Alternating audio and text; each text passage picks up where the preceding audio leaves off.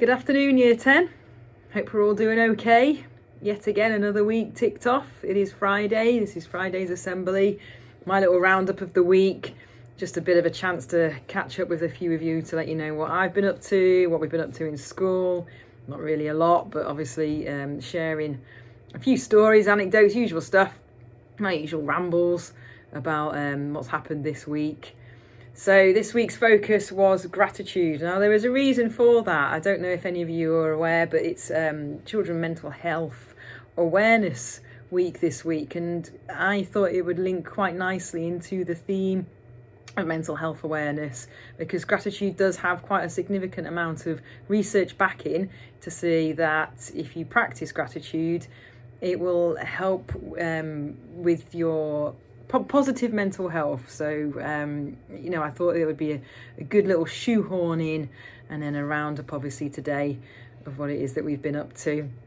So for me personally, gratitude sort of came along in the first lockdown when we were all obviously sort of slowing down a little bit and kind of finding our way with the new normal. That's how it was. And you do a lot of sort of, I think I did, I don't know if you guys did, but there was a lot of sort of self-reflection during that first lockdown, because you were physically forced to not rush around as you normally would on your day-to-day practices and stuff. So I ended up doing a lot of research into mental health and mental health awareness, and gratitude sort of came to me on the back of that after listening to quite a number of podcasts, doing quite a lot of research, reading around the area of mental illnesses.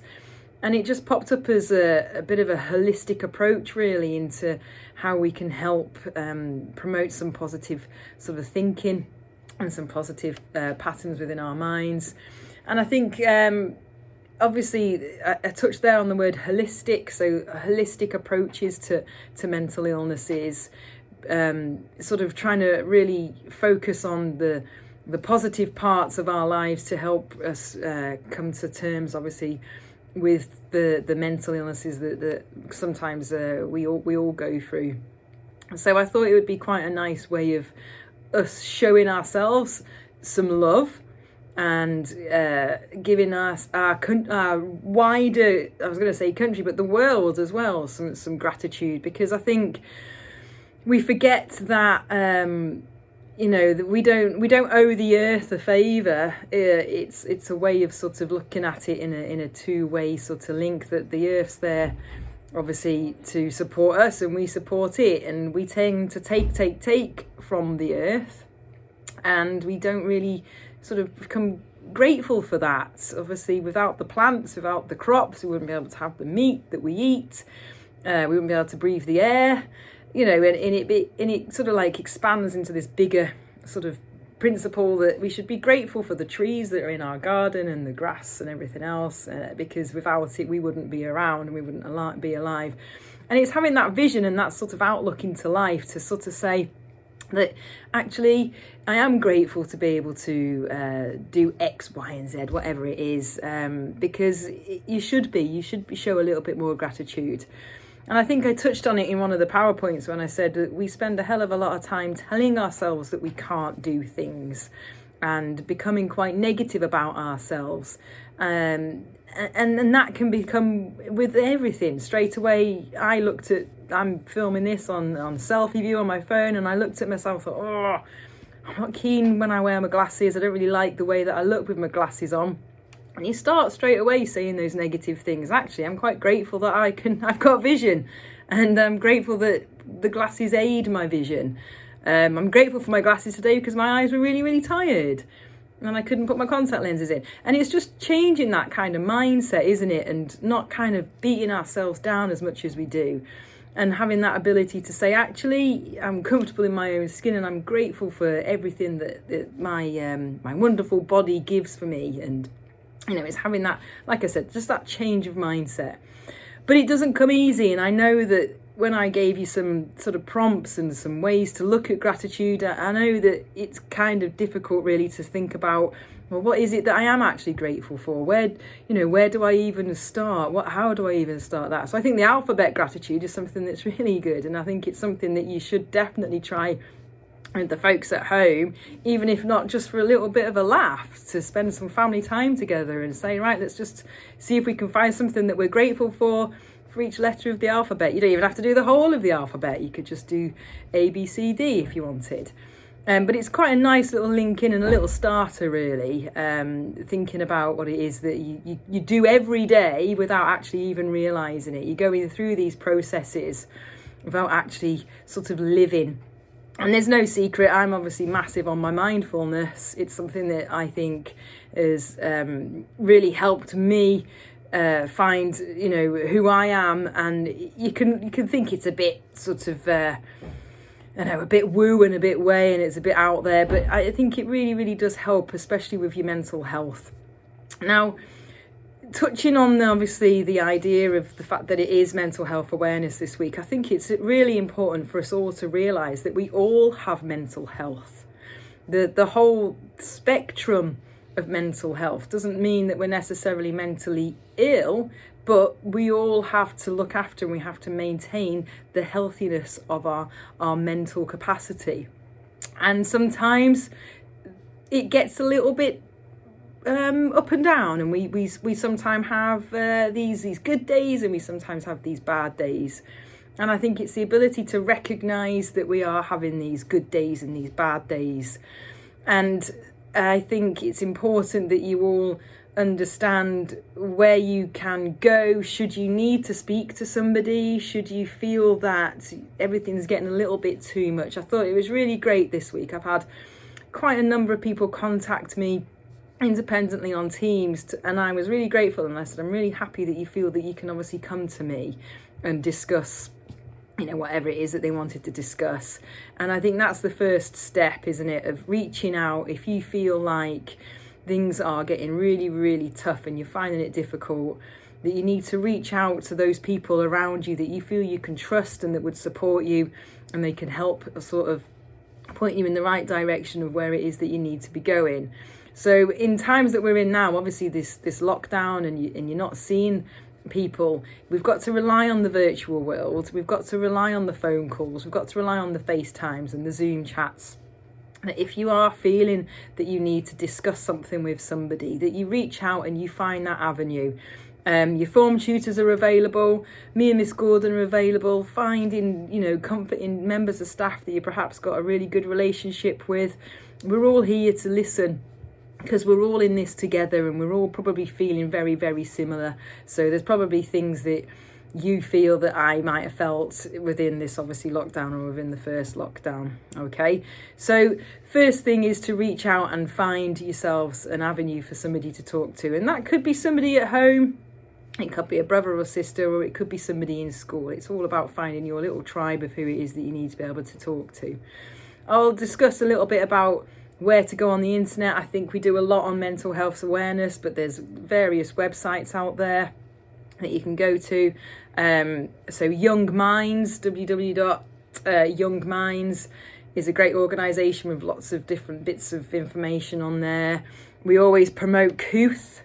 That's a really good website that will give you little activities and live chats with individuals if you feel you can't talk to a friend. And then obviously there's the Mind website. Same process. There's all sorts of helper device and different activities on there to obviously help you if you are feeling that you need some support. So acceptance to how you are feeling as well is a big thing. And I think when we start to feel a little bit negative towards certain situations and feeling that we're feeling a little bit ill, then I think understanding that actually that's okay. And you should never ever beat yourself up over feeling the way that you feel. So recognising it and accepting that is it and it's actually okay, then that's a really good step into the right direction, and not feeling that you're different to somebody else because of this is the way that you feel, and understanding that you're not alone in all of this. So obviously reaching out, finding that avenue to talk to somebody, and then accepting of how you feel. And I've written here, don't beat yourself up over how you're feeling. Your mind's a very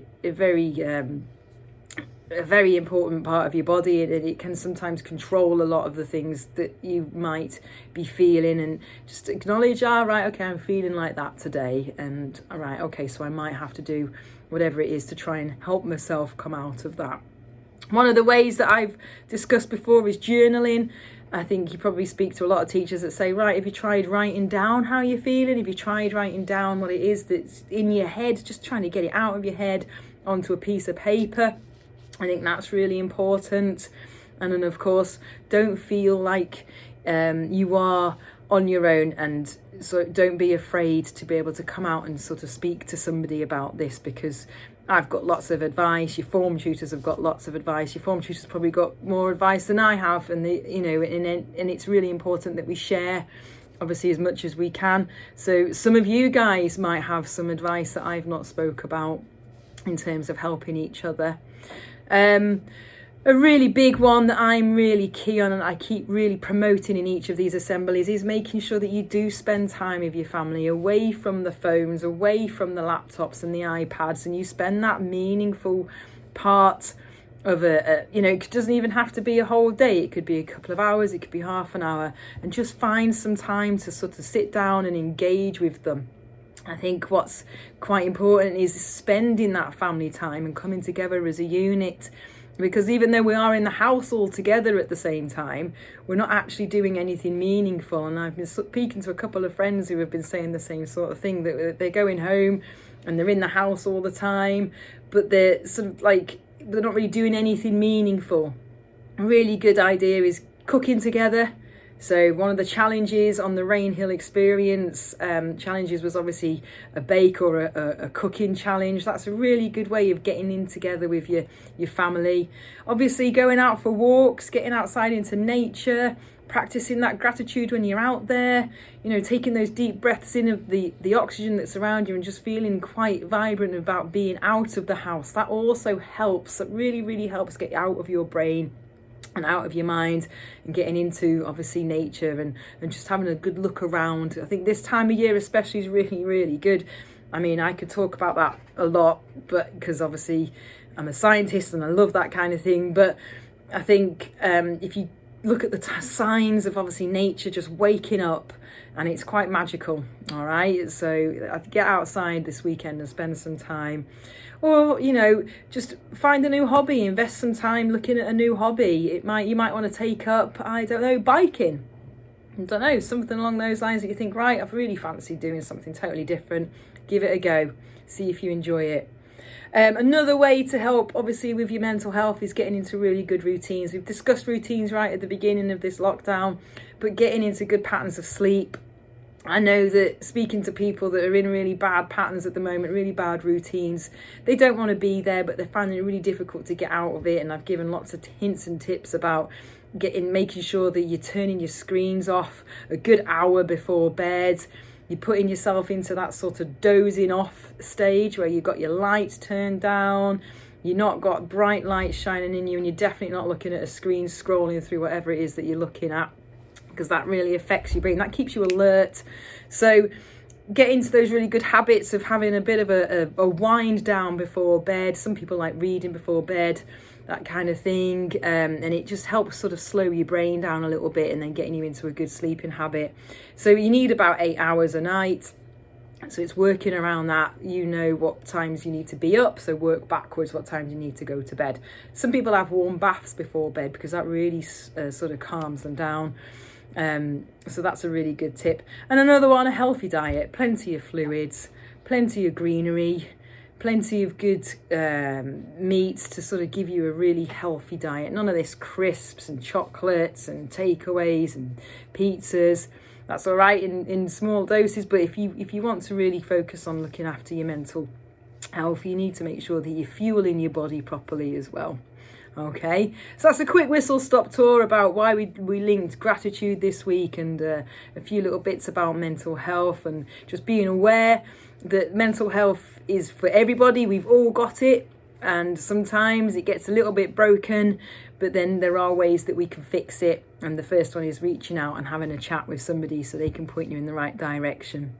Okay, as always, me and Miss Gordon, we've been looking through the engagement tracker this week. We're incredibly proud of everybody that's been engaging, and we've got nearly a full year group one of the days this week that had been online. So we're really excited about that. We've literally whizzed through and pulled the name out of the hat for our top engager for this week, and we've got Mia Pike.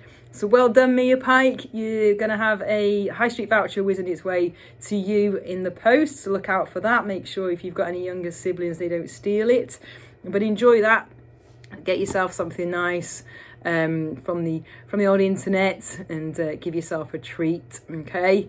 Following on from this then, guys, there is a quick couple of notices. And then obviously I've got a video clip from Dave the Rapper that we need to watch. Okay, have a fabulous weekend. Make sure that you spend some time, I don't know why I'm talking like a robot, make sure you spend some time with your families and your loved ones, your pets.